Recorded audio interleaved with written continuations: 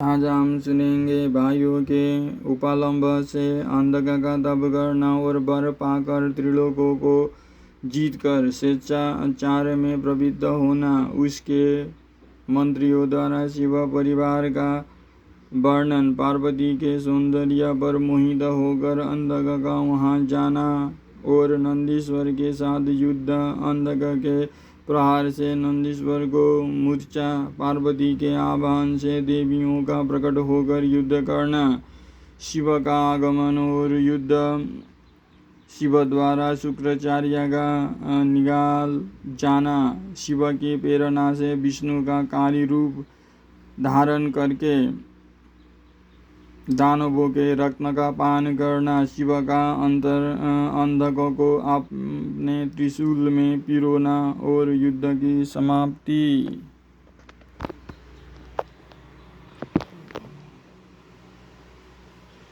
सनत कुमार जी कहते हैं, मुनिवर एक भाइयों के साथ बिहार में संलग्न था। इसी समय हिरण्याक्ष पुत्र अंधक अपने समय उसके कामासक्त महांध भाइयों ने मदांध भाइयों ने उससे कहा, अरे अंधा, तुम्हें तो अब राज्य से क्या प्रयोजन है। हिरण्याक्ष तो मूर्ख था, जो अपने घोर तप द्वारा शंकर जी को प्रसन्न करके भी तुम जैसे कुरूप, बेडोल, कलिप्रिय और नेत्रहीन को प्राप्त किया। ऐसे तुम राज्य के भागी तो हो नहीं सकते, क्योंकि भला तुम ही विचार करो कि कहीं दूसरे से उत्पन्न हुआ पुत्र भी राज्य पाता है। सच पूछो तो निश्चय ही इस राज्य के भागी हम ही लोग हैं। सनत कुमार जी कहते हैं, मुने उस लोगों की यह बात सुनकर अंधक दीन हो गया। फिर उसने स्वयं ही बुद्धिपूर्वक विचार करके तरह तरह की बातों से उन्हें शांत किया और रात के समय वो निर्जन वन में चला गया। वहाँ उसने हजारों वर्षों तक घोर तप करके अपने शरीर को सुखा डाला और अंत में उस शरीर को अग्नि में होम देना चाहा। तब ब्रह्मा जी ने उसे वैसा करने से रोक कर कहा, दानव, अब तू पर मांग ले। सारे संसार में जिस दुर्लभ वस्तु को प्राप्त करने की तेरी अभिलाषा हो, उसे तू मुझसे ले ले। पद्मयोनि ब्रह्मा के वचन को सुनकर वो द्वैत दीनता एवं नम्रता पूर्वक कहने लगा, भगवत, जिन निष्ठुरों ने मेरा राज्य छीन लिया है, वे सब द्वैत आदि मेरे भृत्य हो जाए। मुझे अंधे को दिव्य चक्षु प्राप्त हो जाए। इंद्र आदि देवता मुझे कर दिया करे और देवता, द्वैत, गंधर्व, यज्ञ, नाग, मनुष्य, द्वैत के शत्रु नारायण, सर्वमय शंकर तथा अन्य किन्हीं भी प्राणियों से मेरी मृत्यु ना हो। उसके उस अत्यंत दारुण वचन को सुनकर ब्रह्मा जी संचकित हो उठे और उससे बोले। ब्रह्मा जी ने कहा, दैत्येंद्र, ये सारी बातें तो ही हो जाएगी, किंतु तू अपने विनाश का कोई कारण भी तो स्वीकार कर ले, क्योंकि जगत में कोई ऐसा प्राणी न हुआ है और न आगे होगा ही जो काल के गाल में न गया हो। फिर तुझे जैसे सत्पुरुषों को तो अत्यंत लंबे जीवन का विचार त्याग ही देना चाहिए। ब्रह्मा के इस अनुनय भरे वचन को सुनकर वे दैत्य पुनः बोला। अंधक ने कहा, प्रभु, तीनों कालों में जो उत्तम, मध्यम और नीच नारियां होती है, उन्हें नारियों में कोई रत्नभूता नारी मेरी भी जननी होगी। ओ मनुष्य लोक के लिए दुर्लभ तथा शरीर, मन और वचन से भी अगम्य है। उसमें राक्षस भाव के कारण जब मेरी काम भावना उत्पन्न हो जाए, तभी मेरा नाश हो। उसकी बात सुनकर स्वयंभू भगवान ब्रह्मा को महान आश्चर्य हुआ। वे शंकर जी के चरणा कमलों को स्मरण करने लगे। तब शंभु की आज्ञा पाकर वे उस अंधक से बोले। ब्रह्मा जी ने कहा, द्वैतवर, तू जो कुछ चाहता है, तेरे वे सभी सकाम वचन पूर्ण होंगे। द्वैतेंद्र, अब तू उठ, अपना अभीष्ट प्राप्त कर और सदा वीरों के साथ युद्ध करता रहे। मुनीश, हिरण्याक्ष पुत्र अंधक के शरीर में नसें और हड्डियां ही शेष रह गई थी। ओ ब्रह्मा के ऐसे वचन को सुनकर शीघ्र ही भक्ति पूर्वक उन लोकेश्वर के चरणों में लौट गया और उस प्रकार बोला। अंधक ने कहा, विभो, जब मेरे शरीर में नशे और हड्डियां मात्रा ही शेष रह गई है, तब भला इस देह से शत्रु सेना में प्रवेश करके मैं कैसे युद्ध कर सकूंगा। अतः अब आप अपने पवित्र हाथ से मेरा स्पर्श करके इस शरीर को मांसाल बना दीजिए। सनत कुमार जी कहते हैं, हे महर्षि, अंधक की प्रार्थना सुनकर ब्रह्मा जी ने अपने हाथ से उसके शरीर का स्पर्श किया और फिर वे मुनिगणों तथा सिद्ध समूह से भली भांति पूजित हो देवताओं के साथ अपने धाम को चले गए। ब्रह्मा के स्पर्श करते ही उस दैत्यराज का शरीर भरा पूरा हो गया, जिससे उसमें बल का संचार हो आया तथा नेत्रों के प्राप्त हो जाने से वो सुंदर दिखने लगा। तब उसने प्रसन्नता पूर्वक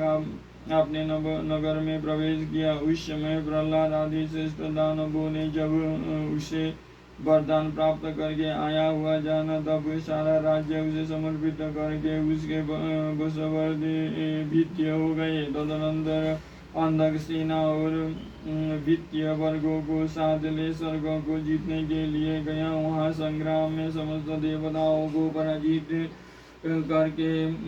करके उसने वज्रधारी इंद्र को अपना करद बना लिया। उसने यत्र तत्र बहुत सी लड़ाइयाँ लड़कर नागों, सुपर्णों, श्रेष्ठ राक्षसों, गंधर्वों, यक्षों, मनुष्यों, बड़े बड़े पर्वतों, वृक्षों और सिंह आदि समस्त चौपायों को भी जीत लिया। यहाँ तक कि उसने चराचर त्रिलोकों को अपने वश में कर लिया। तदनंतर वो रसातल में, भूतल पर तथा स्वर्ग में जितनी सुंदर रूप वाली नारियां थी, उनमें से हजारों को जो अत्यंत दर्शनीय तथा अपने अनुकूल थे साथ लेकर विभिन्न पर्वतों पर तथा नदियों के रमणीय तटों पर विहार करने लगा। दैत्यराज अंधक सदा दुष्टों का ही संग करता था। उसकी बुद्धि मद से अंधी हो गई थी, जिससे वो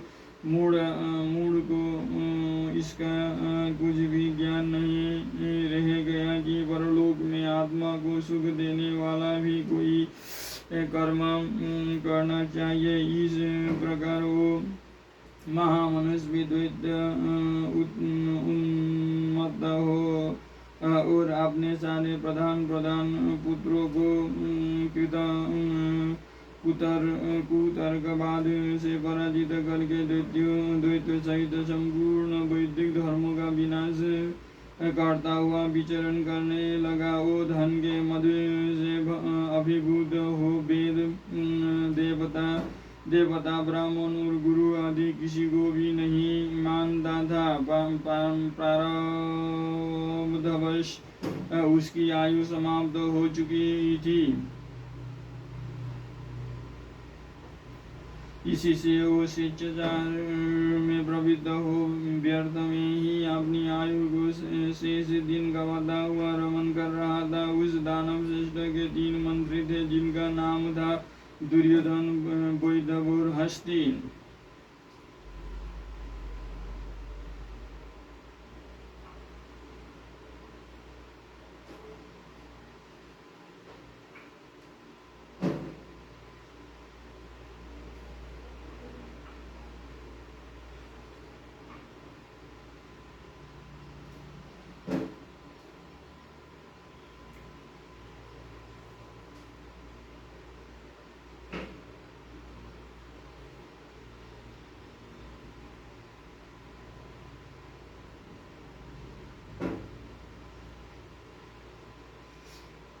एक समय उन तीनों ने उस पर्वत के किसी रमणीय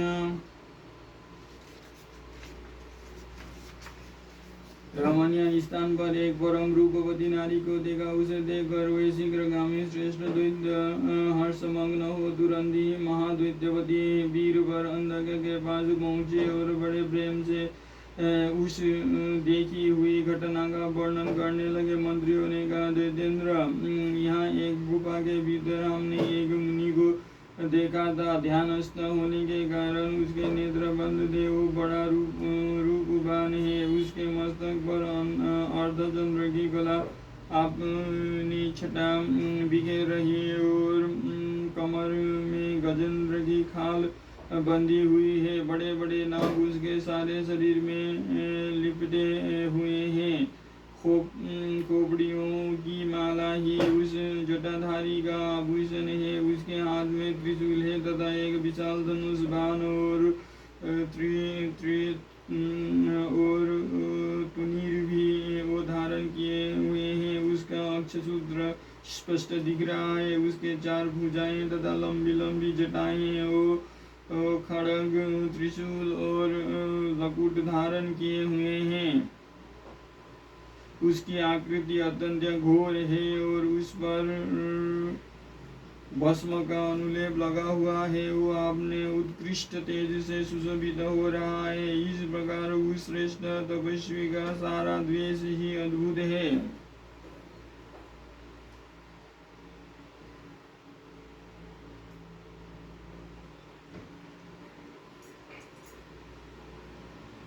सारा देश ही अद्भुत है। आपने थोड़ी ही दूर पर हमने एक और पुरुष को देखा है जो विकराल बानर सा है। उसका मुख बड़ा भयंकर है। वो सभी आयुध धारण किए हुए हैं परंतु उसका हाथ रुक्ष है। वो उस तपस्वी की रक्षा में तत्पर है। उसके पास ही एक बूढ़ा सफेद रंग का बैल भी बैठा है। उस बैठे हुए तपस्वी के पार्श्व भाग में हमने एक शुभ लक्षण संपन्न नारी को भी देखा है। वो भूतल पर रत्न स्वरूपा है। उसका रूप बड़ा मनोरम है और तरुणी होने के नाते वो मन को मोह लेती है। मूंगे मोती मणि सुवर्ण रत्न और उत्तम वस्त्रों से वो सुसज्जित है। उसके गले में सुंदर मालाएं लटक रही है। कहाँ तक कहें वो इतनी सुंदरी है कि जिससे उसे एक बार देख लिया उसी का नेत्र धारण करना सफल है। उसे फिर इस लोक में अन्य वस्तुओं को देखने से क्या प्रयोजन। वो दिव्य नारी पुण्यात्मा मुनिवर महेश की मान्या एवं प्रियतमा धार्य है। देवेंद्र आप तो उत्तम उत्तम रत्नों का उपयोग करने वाले हैं अतः उसे यहाँ बुलवा कर देखिए। वो आपको भी देखने योग्य है। सनत कुमार जी कहते हैं मुनिश्रेष्ठ मंत्रियों के उस वचनों को सुनकर दैत्यराज कामातुर हो उठा। उसने सारे शरीर में कंप छा गया।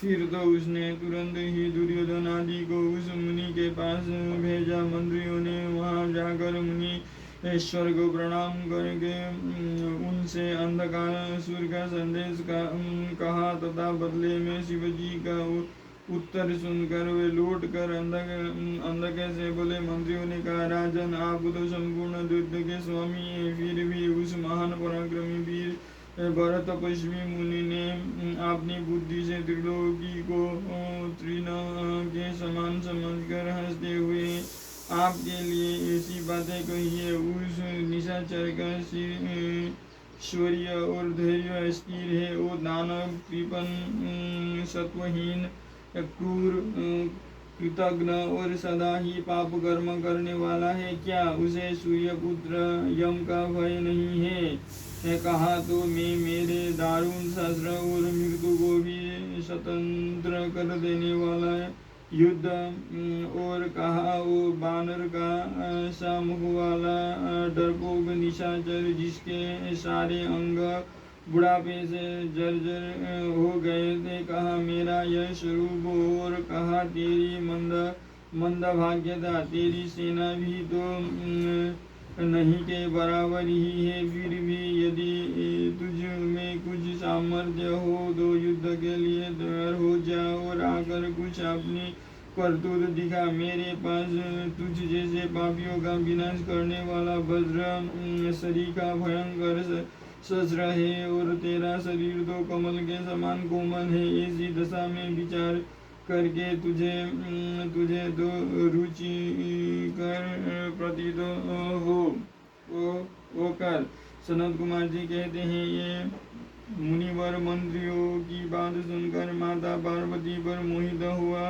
ओ कामांध राक्षस विशाल सेना लेकर चल दिया और वहां पहुंचकर नंदीश्वर से युद्ध करने लगा। बड़ा भयानक युद्ध हुआ। उस समय युद्ध स्थल में चर्बी, मज्जा, मांस और रक्त की कीच मच गई। वहाँ सिर कटे हुए धड़ नाच रहे थे और कच्चा मांस खाने वाले जानवर चारों ओर व्याप्त हो गए थे, जिससे वहाँ बड़ा भयंकर लग रहा था। थोड़ी ही देर में दैत्य भाग खड़े हुए। तब पिनाकधारी भगवान शंकर दक्ष कन्या सती को भली भांति धीरज बंधाते हुए बोले, प्रिय, मैंने जो पहले अत्यंत भयंकर महान पाशुपत व्रत का अनुष्ठान किया था, उसमें रात दिन तुम्हारे प्रसंगवश जो हमारी सेना का विनाश हुआ है, यह विघ्न सा आ पड़ा है। देवी, मरण धर्म प्राणियों का जो अमरों पर आक्रमण हुआ है, यह मानो पुण्य का विनाश करने वाला कोई ग्रह प्रकट हो गया है। अतः अब मैं पुनः किसी निर्जन वन में जाकर उस परम अद्भुत दिव्य व्रत की दीक्षा लूंगा और उस कठिन व्रत का अनुष्ठान करूंगा। सुंदरी, तुम्हारा शोक और भय दूर हो जाना चाहिए। सनत कुमार जी कहते हैं, मुने इसका कहकर उग्र प्रभावशाली महात्मा शंकर धीरे से अपना सिंगा बजाकर एक अत्यंत भयंकर पावन वन में चले गए। वहाँ वे 1000 वर्षों के लिए पशुपत व्रत के अनुष्ठान में तत्पर हो गए। इस व्रत का निभाना देवों और असुरों की शांति के बाहर, शक्ति के बाहर है।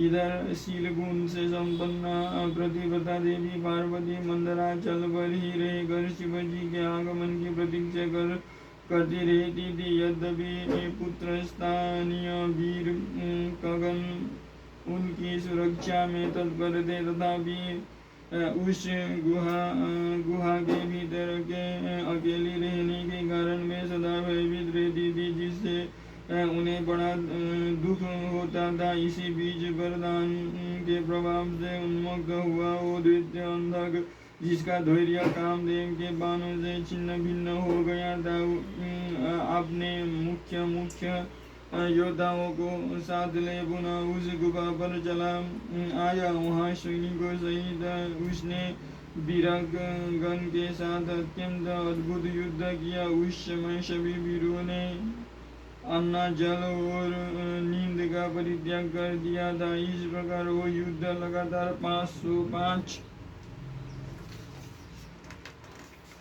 505 दिन रात भर चलता रहा। अंत में दैत्य की भुजाओं से छूटे हुए आयुधों के प्रहार से नंदीश्वर का शरीर घायल हो गया, जिससे वे गुहा द्वार पर ही गिर पड़े और मूर्छित हो गए। उनसे गिरने से गुहा का सारा दरवाजा ही ढक गया, जिससे उसका खोला जाना असंभव था। फिर दैत्य ने 2 ही घड़ी में सारे वीर करणों को अपने अस्त्र समूहों से आच्छादित कर दिया। तब पार्वती ने भगवान विष्णु और ब्रह्मा जी का स्मरण किया। स्मरण करते ही ब्राह्मी, नारायणी, इंद्री, वैश्वानरी, यम्या, नैत्रेणी, वारुणी, वायवी, कौवेरी, यशस्वी, गारुड़ी आदि देवियों के रूप में समस्त देवता, यज्ञ, सिद्ध, गृह्मक आदि शास्त्रों से सुसज्जित होकर अपने अपने वाहनों पर सवार हो पार्वती के पास आ पहुँचे और राक्षसों के साथ भिड़ गए।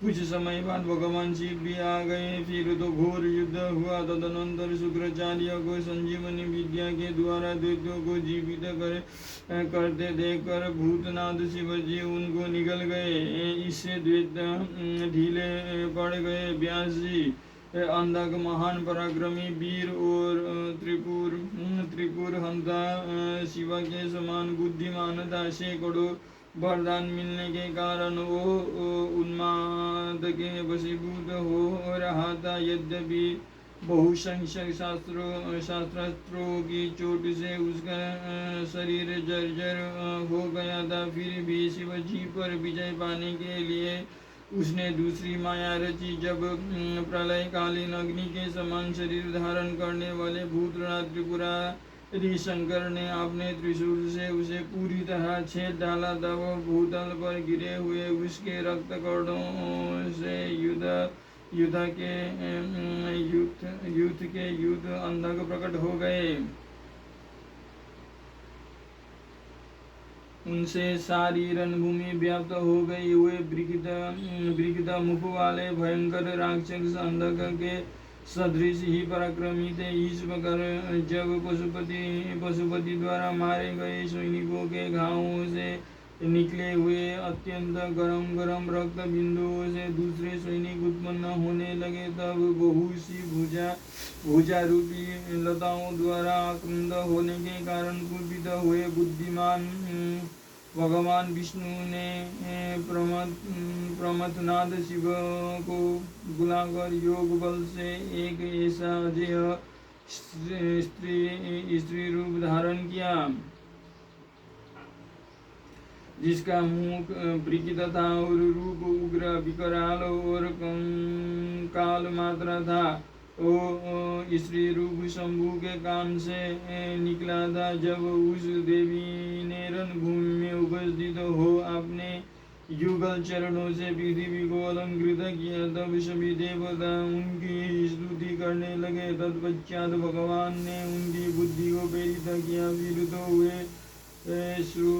श्रुधार्त होकर रण के मुहाने पर उन सैनिकों के तथा दैत्य राज के शरीर से निकले हुए अत्यंत गरम